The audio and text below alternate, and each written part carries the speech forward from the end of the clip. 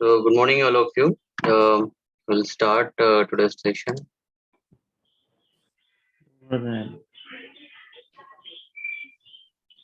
Uh, well, so functions हम लोगों का ये पार्ट जो कि यूनिट नंबर 3 का है वो हम लोगों का चल रहा था।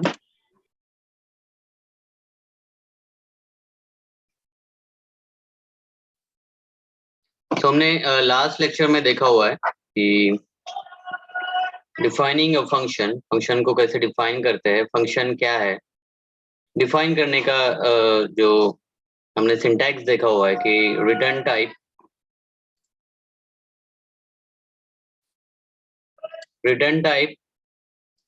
मतलब ये रिटर्न टाइप जो रहेगा वो बेसिकली किस तरह का वैल्यू रिटर्न करना है उसे, तो वो डेटा टाइप है बेसिकली।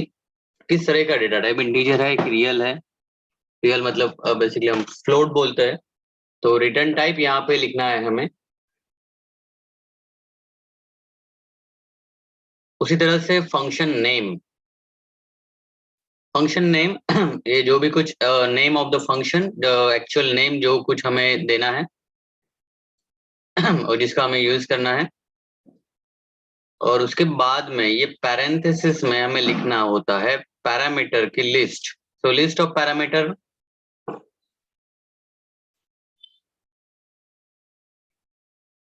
जो भी कुछ वैल्यू हमें पैरामीटर को देना है, या एक्चुअल पैरामीटर हम बोल सकते हैं, या आर्गुमेंट भी उसे बोला जाता है। ठीक है, तो एक्चुअल पैरामीटर या उसे आर्गुमेंट भी बोला जाता है। तो उसका जो टाइप है, उसका जो ऑर्डर है, वो प्रॉपर हमें इस लिस्ट में हमें देना है। तो रिटर्न टाइप दे दिया, फंक्शन नेम दे दिया, उसके बाद में पैरामीटर लिस्ट दे दिया, उसके बाद में यहाँ पे ओपनिंग ब्रैकेट है, क्लोजिंग ब्रैकेट है, इन दोनों के बीच में हमें देना है body of the function. Body of the function मतलब जो भी कुछ स्टेटमेंट्स रहेंगे, हम इसे बोलते हैं कलेक्शन ऑफ द स्टेटमेंट, या जब जो हमें स्टेटमेंट्स वहां पे एग्जीक्यूट करना है, तो वो स्टेटमेंट्स हमें यहाँ पे function, body of the function में हमें देने होते हैं।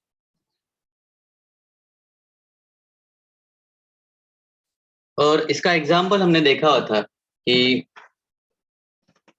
अगर हमें मैक्स ये फंक्शन अगर देखना है, तो INT लिखा था हमने, INT मैक्स, और यहाँ पे ये दो पैरामीटर्स है या लिस्ट है, और यहाँ पे INT enum1, INT enum2, उसके बाद में INT रिजल्ट। ये INT मतलब ये तो हमें पता है कि भाई ये इंटीजर है। डेटा टाइप देखा था हमने, तो डेटा टाइप में ये इंटीजर है। ये वैल्यू या रिटर्न जो करेगा वैल्यू, वो इंटीजर वैल्यू ही रिटर्न करेगा। या इवन रिजल्ट्स भी है, तो यहाँ पर जो रिजल्ट या यहाँ पे जो कुछ हम स्टोर करेंगे, जिस तरह से हमने स्टोर किया है enum1 को और enum2 को, enum1 enum2 मतलब नंबर 1 नंबर 2 सिंपली हमने हम इसे दे सकते हैं।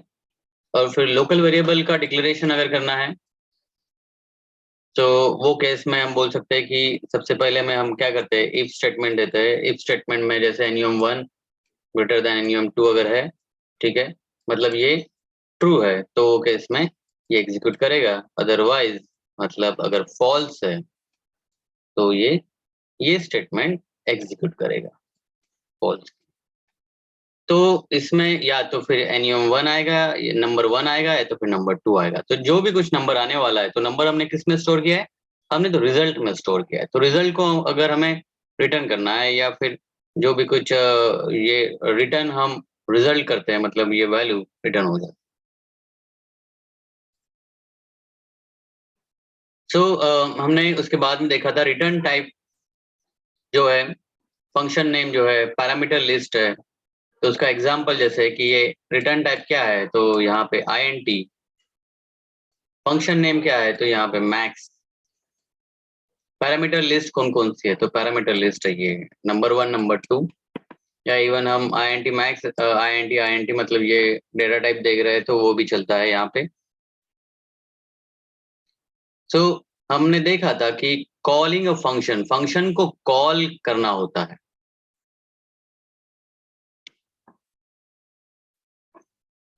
तो कॉलिंग अ फंक्शन, फंक्शन को कॉल करना होता है। और जब भी प्रोग्राम में हम फंक्शन को कॉल करते हैं, तो वो केस में जब वो डायरेक्टली उस फंक्शन का जो भी कुछ स्टेटमेंट्स हमने जहां पर भी, सपोज कि अगर 10 लाइन का प्रोग्राम है और हम, या 50 लाइन का प्रोग्राम है, 50 लाइन के प्रोग्राम में हमने फंक्शन लिखा हुआ है सपोज 30th नंबर पे, या 30th नंबर का जो स्टेटमेंट ऑफ द बॉडी है, तो वो डायरेक्टली उधर पे वो एग्जीक्यूट करेगा। उसके बाद में फिर नेक्स्ट लाइन जो है, अगर हम कॉल जब भी करते हैं तो इसका मतलब ये ऐसा है कि फंक्शन डायरेक्टली, प्रोग्राम डायरेक्टली, जो कंट्रोल है वो डायरेक्टली ट्रांसफर हो जाता है वहां पे। और उसका कुछ स्टेटमेंट्स रहेंगे, वो स्टेटमेंट्स वहां पे एग्जीक्यूट होते हैं। तो सेम अगर अगर हमें जैसे नंबर था, नंबर 1 नंबर 2 हमने देखा हुआ था कि अब उसके बदले में अगर हम ए और बी को अगर हम लेते हैं, तो उसके लिए simply hash include str dot h, उसके बाद में int max, ये फंक्शन लिखा हुआ है हमने, int main, ठीक है। ये तो फंक्शन के लिए है, ये फंक्शन डिक्लेरेशन है। और यहां से main program body, function declaration के लिए हमने सेपरेट लाइन लिखी है, वो सबसे पहले ऊपर में लिखा हुआ है। और उसके बाद में ये मेन बॉडी है, तो मेन बॉडी में हमने लोकल वेरिएबल जो रहता है, लोकल वेरिएबल को डिफाइन करना है। सपोज हमें सिर्फ देखना है कि भाई ए और बी अगर ये दो नंबर्स है, या उसमें हम कुछ नंबर स्टोर करते हैं, तो उसमें से बड़ा नंबर कौन सा है या बिगर नंबर कौन सा है, या ये बिगर है या बी बिगर है, जो भी कुछ मैक्सिमम इन दोनों के बीच में का अगर हमें देखना है या हमें चेक करना है कंप्यूटर के साथ, ठीक है। तो वो केस में हम सबसे पहले यहाँ पे ये डिक्लेयर कर देते हैं int, ये तो डेटा टाइप हो गया, a इज इक्वल टू 100, मतलब a में स्टोर हो जाएगा वैल्यू, वो है 100।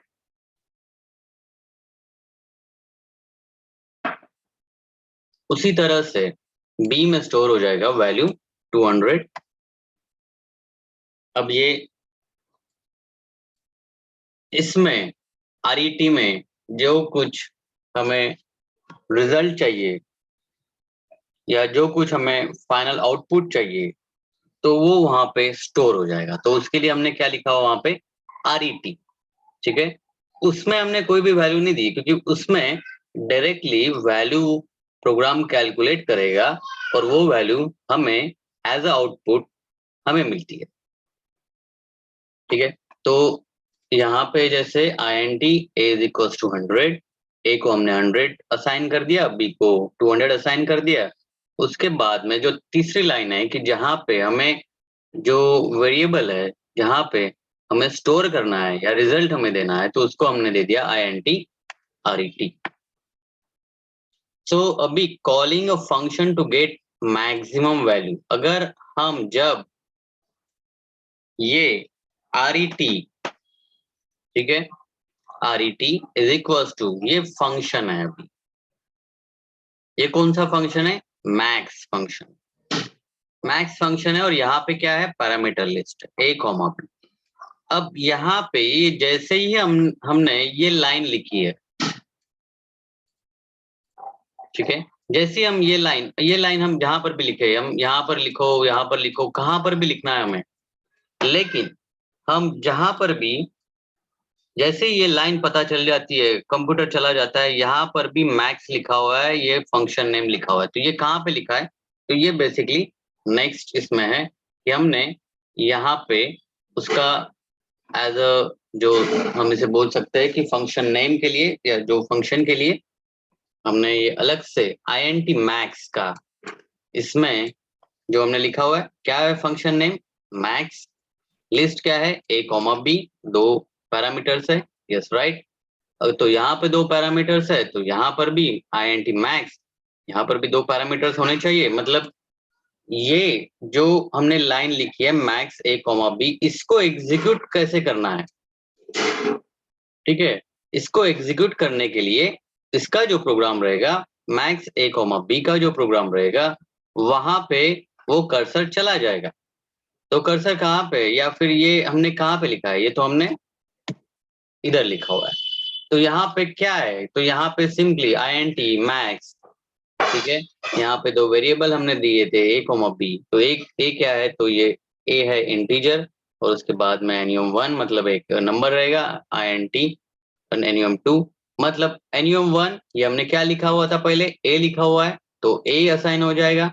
INT NUM2 ये हमने पहले में B लिखा हुआ तो ये B असाइन हो जाएगा, ठीक है। अगर आपने इसके बदले में A, B के बदले में इसको अगर स्वैप किया होता, मतलब B पहले लिया होता और A पहले लिया होता, तो उसके जैसे ये भी वैसे ही होता, NUM1 या नंबर 1 जो है तो वो B हो जाता, क्योंकि हमने देखा हुआ है कि ऑर्डर जो है, जिस तरह से ऑर्डर हमने मेन प्रोग्राम में लिखा हुआ है, ये मतलब मेन प्रोग्राम हो गया, ये हो गया मेन प्रोग्राम। और यहाँ पे जो है फंक्शन का जो प्रोग्राम है, वो फंक्शन का प्रोग्राम हमने यहाँ पे लिखा हुआ है। तो नंबर 1 नंबर 2, ठीक है, ये दो वेरिएबल्स है। तो लोकल वेरिएबल का डिक्लेरेशन अगर हमें करना है तो INT रिजल्ट, ठीक है, रिजल्ट में जो कुछ है वैल्यू स्टोर करेगा। स्टोर कहाँ से होगा या कहाँ से रिटर्न होगा, तो ये जो रिटर्न स्टेटमेंट लिखा है हमने यहाँ से, तो उसके लिए हमने सिंपली इफ स्टेटमेंट दिया है, इफ एल्स स्टेटमेंट जो हमने इसके पहले में देखा हुआ था वही सेम। इफ के बाद में हमें पैरेंथेसिस देना होता है और एक कंडीशन देनी होती है कि जिसका रिजल्ट क्या आएगा, ट्रू या तो फिर फॉल्स, ठीक है। इसका रिजल्ट आएगा ट्रू या तो फिर फॉल्स। अगर इन दोनों में का जो कुछ रिजल्ट है अगर ट्रू होता है तो वो यहाँ पे पहले लाइन पे एग्जीक्यूट करेगा। पहले लाइन हमने क्या लिखा है, तो result equals to NUM1। NUM1 क्या है, A, ठीक है। NUM1 क्या है, A की जो वैल्यू रहेगी, A की वैल्यू कितनी है, A की वैल्यू है 100। उसके बाद में एल्स मतलब क्या है कि भाई ये जो हमने कंडीशन दी है नंबर 1 ग्रेटर देन नंबर 2 ये फॉल्स है, तब जाके यहाँ पे आएगा, ठीक है। ये अगर ट्रू है तो डायरेक्टली यहाँ पे हो जाएगा, एग्जीक्यूट करेगा, ये रिजल्ट जो है यहाँ पे रिटर्न कर देगा। रिटर्न से यहाँ पे INT रिजल्ट आ गया ये, और रिजल्ट ये यहाँ पे आ गया, तो हमने इधर पे प्रिंटफ स्टेटमेंट दिया था maximum value is A and that RET जो यहाँ पे स्टोर हो चुकी है वो वैल्यू यहाँ पे रिटर्न हो जाएगी, मतलब यहाँ पे आउटपुट आ जाएगा। तो आउटपुट क्या आएगा कि जो वैल्यू इन दोनों में से बिगर है तो वो वहां पे, तो वो वहां पे आउटपुट करके हमें दिखाई देगी। जैसे आप लोगों ने देखा हुआ है कि पिछले कल के प्रैक्टिकल सेशन में भी जैसे हमने देखा हुआ है कि सबसे पहले में हम जो ऑनलाइन GDP के ऊपर में लाइन बाय लाइन कुछ कॉमा या जो भी कुछ है, अगर एक पैरेंथेसिस भी मिस कर दिया तो एरर आ जाता है। एक आधी लाइन कुछ हमने गड़बड़ कर दी तो एरर आ जाता है। तो प्रॉपर हमें सब कुछ देना होता है। तो जिस जैसे ही हम यहाँ पे इफ स्टेटमेंट देते हैं, इफ स्टेटमेंट के बाद में ये ट्रू या तो फिर फॉल्स, सो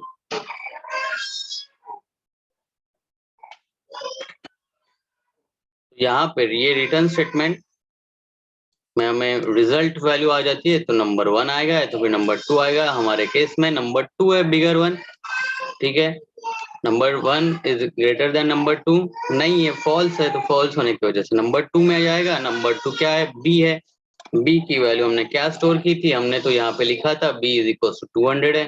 200 होने की वजह से यहाँ पे ये रिजल्ट आएगा मैक्स में 200 होना चाहिए। तो यहाँ पे ये RET हमने लिखा हुआ है, RET का हमने एक प्रिंटफ स्टेटमेंट अगर हम नहीं देते तो हमें आउटपुट नहीं दिखाई देगा, सिर्फ वो बता देगा, वो सिर्फ खुद ही होके कैलकुलेट कर देगा, ठीक है। लेकिन अगर हमें आउटपुट देखना है कि आपने क्या लिखा हुआ, क्या जो भी कुछ आपने कैलकुलेशंस किया है वो बताओ हमें, वो हमें दिखाओ, वहां पे आउटपुट करके दिखाओ। तो वो केस में वो प्रिंटफ स्टेटमेंट हम जैसे ही देते हैं, फिर मैक्सिमम वैल्यू इज %d, क्योंकि यहाँ पे इंटीजर लिखा है, और यहाँ पे \n न्यू जो भी कुछ हमें अगर नेक्स्ट लाइन में अगर जाना है अगले इसमें तो उसके लिए हम RET ये यहाँ पर भी स्टोर हो जाएगा वैल्यू ऑफ b। तो इस तरह से इसका फंक्शन का ये आउटपुट जो है मैक्सिमम वैल्यू इज 200, ये ही एक लाइन में हमें आउटपुट मिल जाता है, ठीक है। तो अभी नेक्स्ट पार्ट जैसे फंक्शन आर्गुमेंट्स। तो आर्गुमेंट्स हमने देखा है कि आर्गुमेंट्स या पैरामीटर जो हम यूज करते हैं, एक तो एक्चुअल होता है बेसिकली। तो जिस तरह से हम जिस ऑर्डर में हमें लिखना होता है, जो वेरिएबल को हम लिखते हैं, तो उसे जो आर्गुमेंट्स होते हैं, तो हमें डिक्लेयर करना होता है, कुछ वेरिएबल्स को डिक्लेयर करना होता है। सो वो वेरिएबल को डिक्लेयर करने से पहले हम कुछ जो कुछ लाइंस लिखते हैं, लाइंस लिखते हैं, उसके बाद में जो ऐसे वेरिएबल्स को हम फॉर्मल पैरामीटर बोलते हैं फंक्शंस के। और जिस जिस टाइम में हम फंक्शन, हमने देखा हुआ है कि बेसिकली एक तो यहाँ पे हम कॉल करते हैं, यहाँ पे ये हो गया इसको calling a function to get a maximum value.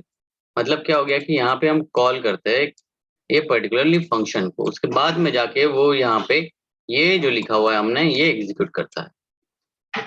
So function को कॉल अगर करना है तो फंक्शन कॉल बाय वैल्यू, तो ये एक मेथड है जिसमें कॉल जो है वैल्यू मेथड से भी होता है। जिस तरह से जो कुछ आर्गुमेंट्स है, आर्गुमेंट्स पासिंग करता है, उसका वैल्यूज को पास करता है फंक्शन में। सो एक्चुअल वैल्यू जो है आर्गुमेंट की, वो जो पर्टिकुलरली पैरामीटर्स हम देते हैं तो उसमें पास करता है। तो वो पास करने के लिए फंक्शन कॉल बाय वैल्यू एक सिस्टम या इस मेथड से वो करता है वो। और जो भी कुछ हम पैरामीटर में चेंजेस करते हैं, ठीक है, पैरामीटर में अगर हमने कुछ भी चेंज किया,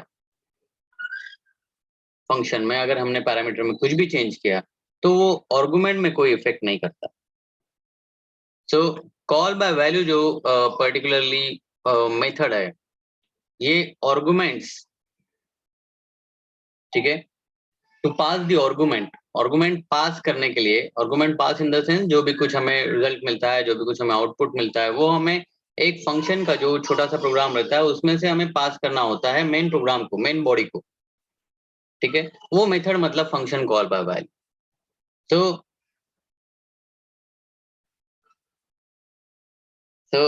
जैसे कि अभी अगर हम स्वैप ये फंक्शन अगर देखते हैं, स्वैप फंक्शन है इसमें, तो स्वैप फंक्शन को अगर हम देखते हैं तो यहाँ पे function definition to swap the values, ये हमने लिख लिया है, कमेंट लाइन में लिखा हुआ है कि ये जो नेक्स्ट लाइंस हम लिखने वाले हैं या सिर्फ स्वैप के लिए लिखने वाले हैं। स्वैप मतलब हमें पता है कि सपोज अदला बदल, x की वैल्यू y को चली जाएगी, y की वैल्यू x को चली जाएगी, तो वो क्या हो गया, स्वैप। तो फंक्शन डेफिनेशन जो है हमें सबसे पहले करना होता है, तो उसके लिए हम यहाँ पे सिर्फ एक कमेंट लाइन में लिखते हैं कि function definition to swap the value. तो यहाँ पे अभी वॉइड लिखा है हमने, ठीक है, वॉइड लिखा है मतलब ये जो डेटा टाइप है, ये कौन सा डेटा टाइप है, वॉइड। मतलब ये कोई भी वैल्यू रिटर्न नहीं करेगा, ठीक है, वैल्यू रिटर्न नहीं करने वाला ये। इसके पहले में हमने क्या लिखा था, आईएनटी लिखा था। आईएनटी मतलब ये डेटा टाइप कौन सा रहेगा, इंटीजर। इंटीजर का ये रिटर्न जो स्टेटमेंट रहता है, तो ये इस तरह का वैल्यू हमें वो रिटर्न करता है। लेकिन जब हम बोलते हैं वॉइड, वॉइड मतलब कुछ भी नहीं, मतलब ये सिर्फ हमें basically explanation point of view. तो स्वैप हमने लिखा है और आईएनटी एक्स, आईएनटी वाई, ये मतलब पैरामीटर्स हो गए, लिस्ट हो गई उसकी। फर्स्ट हमने लिखा है एक्स, तो बाद में लिखा है वाई। तो आईएनटी टेम, टेम मतलब एक हमने यहाँ पे जो कुछ हमें स्टोर करना है या जिसमें हमें कुछ वैल्यू स्टोर करनी है, तो उसके लिए हमने ये लिखा हुआ है कि INT इस तरह का डेटा टाइप की जिसमें कुछ वैल्यू स्टोर हो जाए। तो हमने सबसे पहले हमने क्या किया, सबसे पहले हमें करना था कि x की वैल्यू हमें स्टोर करनी। तो हमने temp इज इक्वल्स टू हमने लिख लिया x, temp is equals to हमने लिख लिया x। अभी हमें क्या करना है, y की जो वैल्यू है वो x को दे देनी है, ठीक है। y की जो वैल्यू है सबसे पहले हमने लिख लिया वैल्यू ऑफ x। सपोज कि अगर x इज इक्वल्स टू 10 है, y इक्वल्स टू 20 है, तो यहाँ पे हमने लिखा, पहले लाइन में लिख लिया कि temp की वैल्यू आ जाएगी x। उसके बाद में ठीक है, x इक्वल्स टू हमने बोला है y, मतलब y की जो वैल्यू है, अब ये x की वैल्यू ये सेकंड लाइन में लिखने के बाद में ये हो जाएगी 20। पहले तो 10 थी, लेकिन अभी जैसे हमने लिख लिया कि x इक्वल्स टू y, ठीक है, हमने पहले सबसे पहले लिख लिया कि टेम क्या है, टेम मतलब है x, ठीक है, और x की वैल्यू सबसे पहले में कितना है 10, ये हमने लिख लिया। फिर उसके बाद में हमने लिखा x equals to y, y की वैल्यू कितनी है 20, तो x इक्वल्स टू क्या हो गया, अभी नेक्स्ट टाइम में हमने नेक्स्ट लाइन लिख लिया था, तो उसकी वजह से x इक्वल्स टू 20 हो गया। तो उसके बाद में हमने y लिखा हुआ है, y इक्वल्स टू टेम, टेम की वैल्यू कितनी है, ये पहले वाली x की वैल्यू जो है 10। तो इस तरह से हमने y की वैल्यू को हमने x में दे दिया और x की वैल्यू को हमने y में दे दिया। तो इस तरह से ये स्वैप हमने एक सिंपल सा फंक्शन जो कि है इंटरचेंज करना है या एक्सचेंज करना है, वैल्यू को एक्सचेंज अगर करना है हमें, तो उसके लिए हमने ये, अभी यहाँ पे हमने हमें कुछ भी आउटपुट नहीं देना था, सिर्फ हमें चेक करना था कि फंक्शन का जो वर्कआउट है या किस तरह से वो फंक्शन वर्क करता है, वो हमें देखना। तो function definition to swap the value, ये हमने कमेंट लाइन में लिखा हुआ है, backslash star star backslash, जो भी कुछ हम लिखते हैं कि ये जो भी कुछ नेक्स्ट लाइन्स है, वो नेक्स्ट लाइन कौन से पर्पस के लिए हमने लिखा हुआ है, क्योंकि आप जब भी कुछ प्रोग्राम लिखेंगे तो आप हो सकता है कि इवन हर एक लाइन के पहले आपके अंडरस्टैंडिंग के लिए आप लिख सकते हैं कि ये अभी हमने लिखा हुआ है कि ये कमेंट लाइन जो है, या ये अभी इनिशियलाइजेशन कर रहे हैं या असाइन कर रहे हैं, हम लोग वैल्यू असाइन कर रहे हैं। उसके बाद में हम बोल सकते हैं कि इफ स्टेटमेंट हमें देना है, तो इफ स्टेटमेंट देने के लिए आप कुछ कमेंट लाइन दे सकते हैं। इवन आप अगर आउटपुट देना है या आपको कुछ आपका कुछ इक्वेशन है, कुछ इक्वेशन के पहले में आप हम लिख सकते हैं कि यहाँ पे ये पर्टिकुलरली इक्वेशन इस चीज का इक्वेशन है। सपोज कि सिंपल इंटरेस्ट का इक्वेशन हमने कल देखा था, तो उसके ऊपर में हमने अगर लिखना है तो हम बोल सकते हैं कि ये जो इक्वेशन है या ये इक्वेशन सिंपल इंटरेस्ट का इक्वेशन हम यहाँ पे लिखते हैं। उसके ऊपर में अगर आपको जो भी कुछ वैल्यूज असाइन करनी है, तो वैल्यूज को हम असाइन कर सकते हैं। तो कमेंट लाइंस आपके अंडरस्टैंडिंग के लिए काफी अच्छा रहता है, क्योंकि हो सकता है अभी आपको पता है, लेकिन हो सकता है कि 1 महीने के बाद में कौन सा प्रोग्राम हमने किस तरह से लिखा हुआ था, या कौन सी चीज के लिए लिखा है हमने, ये लाइन का क्या उपयोग है या इस लाइन का क्या यूज है, ये अगर हमें पता नहीं चल रहा है तो बेटर है कि हम सेफ साइड चलते हुए एक कमेंट लाइन लिखते हैं जिसमें हमें पता चलता है। तो ये हमने लिख लिया temp इक्वल्स टू x, ठीक है, temp हमने लिख लिया कि ये इंटीजर तरीके का है। उसके बाद में हमने temp इक्वल्स टू x और फिर बाद में x की वैल्यू को हमने चेंज कर दिया, तो हो जाएगी y जो हमने लिखा था, जो भी कुछ वैल्यू जैसे है, तो वो x में स्टोर हो गई, और y की वैल्यू जो है हमने पहले temp में लिखा था, तो temp का जो वैल्यू असाइन हो जाएगा y। तो अगर हमें सिर्फ ये स्वैप, ये जो फंक्शन है, ठीक है, ये स्वैप फंक्शन अगर हमें किसी मेन प्रोग्राम में यूज करना है, ये तो हमने देख लिया कि अगर ये स्वैप फंक्शन है तो उसका किस तरह से यूज किया जाता है या इसका किस तरह से वर्कआउट होता है। ठीक है। वर्किंग कैसा है इसका, स्वैप का वर्किंग किस तरह से, ये हमने यहाँ पे देख लिया। लेकिन अगर हमें मेन प्रोग्राम में अगर इसका यूज करना है, तो मेन प्रोग्राम में यूज करना है तो हमें डायरेक्टली उतने उसके लिए हमें कॉल देना होता है। तो लास्ट टाइम में देखा था फंक्शन, ये जो है फंक्शन कॉल बाय वैल्यू, मतलब इसमें ये जो फंक्शंस है ये इस तरह से ये लाइन से कॉल हो जाता है, calling a function to swap the values.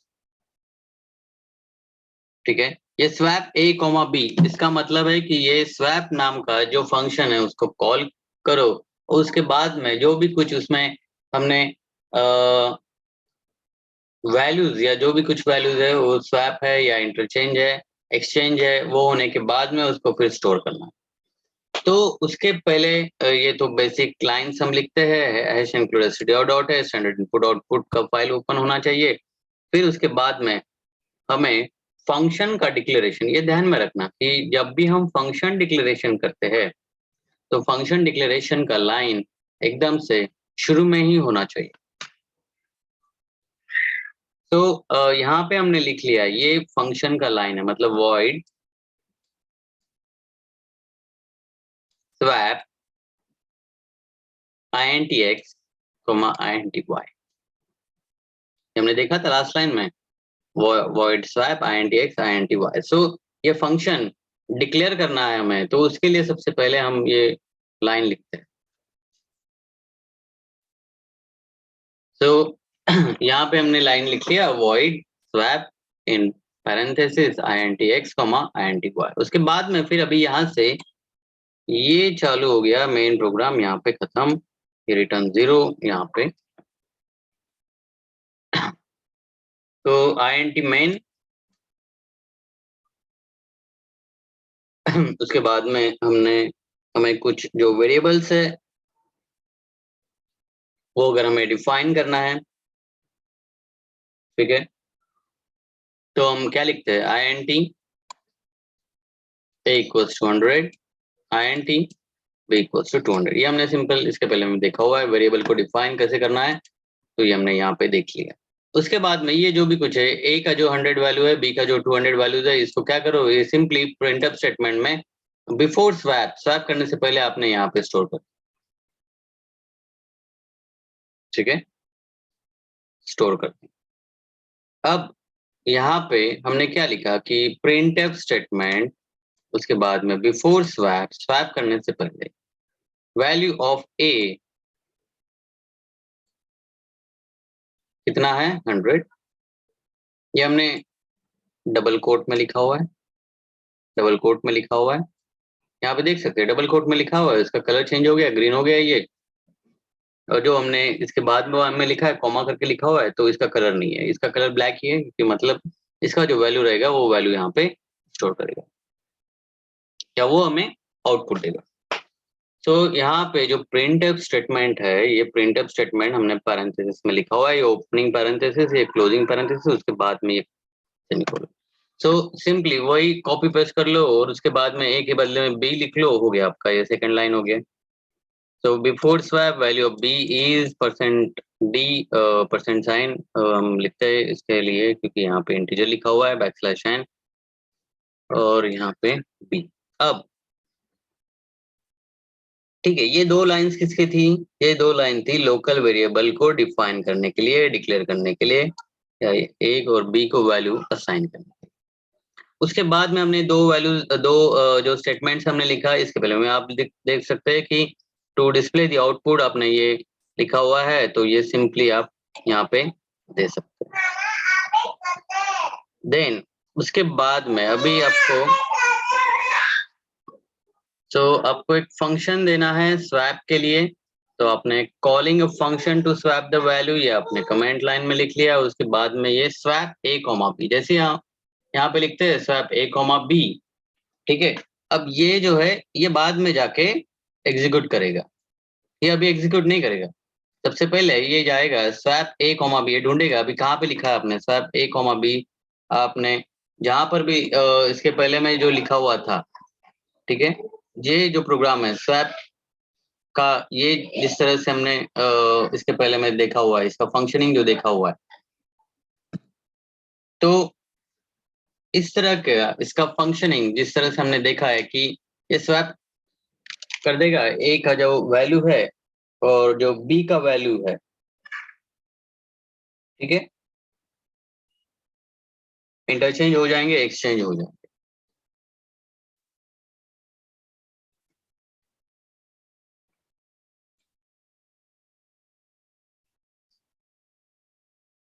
सो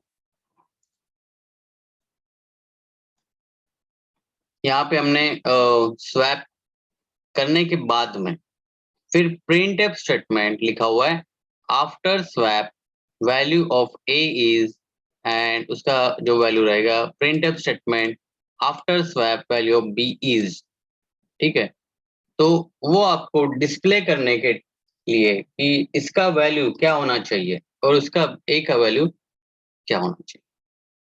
तो ये वेरी सिंपल प्रोग्राम हमने देखा हुआ है कि स्वैप, ये जिस तरीके का इसका फंक्शनिंग है, वॉइड स्वैप INT-X। अभी हमने यहाँ पे x लिखा हुआ है INT-X और INT-Y, आप बोलेंगे कि सर आपने यहाँ पे और भी लिखा हुआ है, लेकिन ये ध्यान में रखना है कि ये जो पर्टिकुलरली यहाँ पे आप लिखते हैं INT-X और INT-Y या दो कोई वेरिएबल, ठीक है, ये वेरिएबल्स बेसिकली जब भी हम लिखते हैं यहाँ पे स्वैप ए कॉमा बी, मतलब ये क्या हो गया, ए का जो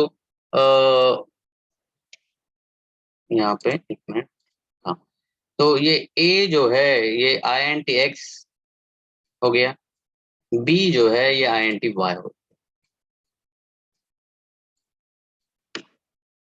ठीक है। और उसके लिए जो कुछ प्रोग्राम है वो प्रोग्राम का वैल्यू एग्जीक्यूट करेगा। तो इस तरह का इसका फंक्शनिंग, जो फंक्शन कॉल बाय वैल्यू हमने देखा हुआ है कि जिसमें या मेन प्रोग्राम में हम फंक्शन को कॉल कर सकते हैं और उसका जो पहला जो पर्टिकुलरली जो आर्गुमेंट्स रहते हैं, जो हम यहाँ पे पैरेंथेसिस में हम जो लिखते हैं यहाँ पे आर्गुमेंट्स, या उसको पैरामीटर्स भी बोला जाता है, तो इसका यूज करते हुए डायरेक्टली ये कॉल होता है ए कॉमा बी, तो डायरेक्टली इसको function call by value. So let us stop here. Okay, यहाँ पे अगर आपके कुछ डाउट्स है तो you can just ask. Even practical का मैंने कल भेजा हुआ है, आई थिंक बहुत कम लोगों ने प्रैक्टिकल्स सबमिट किया हुआ है। एज इन केस अगर आपके कुछ डाउट्स है, किसको कुछ एरर आ रही है, तो डेफिनेटली आप मुझे व्हाट्सएप कर दीजिए कि क्या एरर है। एक दो स्टूडेंट्स ने मुझे व्हाट्सएप किया था और उनको मैंने रिप्लाई भी दिया था कि किस तरह से आप उसको सॉर्ट आउट करते हैं। तो अगर किसको कुछ प्रैक्टिकल्स रिलेटेड भी अगर कुछ डाउट है तो यू कैन आस्क। मीनवाइल मैं आपको लिंक शेयर करता हूँ।